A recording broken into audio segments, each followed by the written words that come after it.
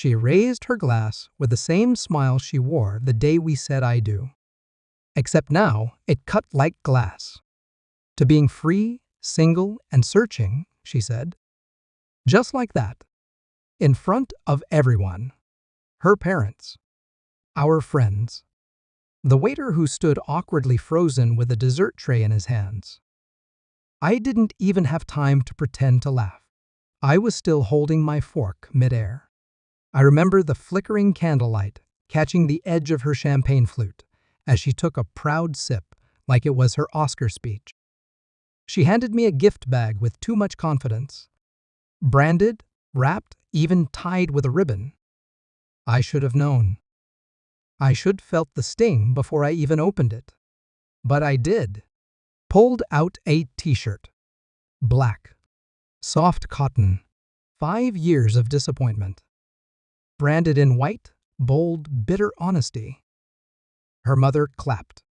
Her father raised his glass like she'd just won something. I didn't look at anyone else. I just stood up. Slowly. Calm. My hands were shaking, but only on the inside. I hadn't slept the night before. Something about the way she'd been moving around the house lately. Lighter. Like she was shedding skin. Smiling to herself when she thought I wasn't looking.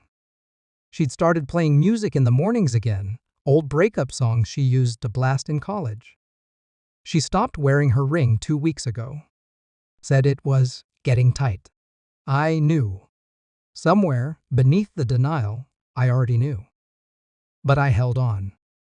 Like an idiot, gripping a rope that's already snapped. I told myself anniversaries were sacred. That maybe she just needed time. That maybe I wasn't enough, but I could still be something. I ironed my shirt that morning.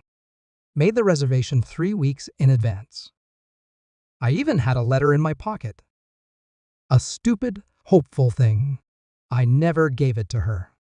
The waiter brought out the champagne. On the house, he smiled. She was glowing. Not because of me. I realize that now. She was glowing because she was free. While everyone was still sipping and laughing at the expense of my silence, I looked around that table like a stranger. Her best friend, Kara, looked at me with pity. Not shame. Pity. Which is worse. Her mom whispered something to her dad, and they both laughed like this was a game they'd helped plan. And it clicked. A cold, slow clarity crawling down my spine. This wasn't spontaneous. This was a performance. Rehearsed. Scripted. I was the only one who didn't have the lines. A 5-year roast, where I played the fool and she played the heroine rising from her emotional ashes. She didn't just fall out of love, she'd been planting this. Prepping the stage. Dressing the scene. But what none of them knew, what even she didn't know, was that I wasn't here empty-handed. I had something too. Something real. And I'd been holding it for weeks, unsure of what to do with it. Until now. I tapped the side of my glass. Once. Twice. The room didn't fall silent, but the tone shifted. Just enough. Just right. I'd like to make a toast too, I said. She rolled her eyes, smug and satisfied, like she thought I was about to beg or joke or crumble. I reached into my jacket and pulled out an envelope. Not flashy. No theatrics. Just truth wrapped in paper. I handed it to her gently. I wasn't sure when to give you this, but now feels right. She opened it slowly, still smiling, still thinking she had the upper hand. Then she read the first line, and the blood drained from her face. DNA test results. Proof that our son wasn't mine. You see, 3 months ago, he'd come home with a drawing.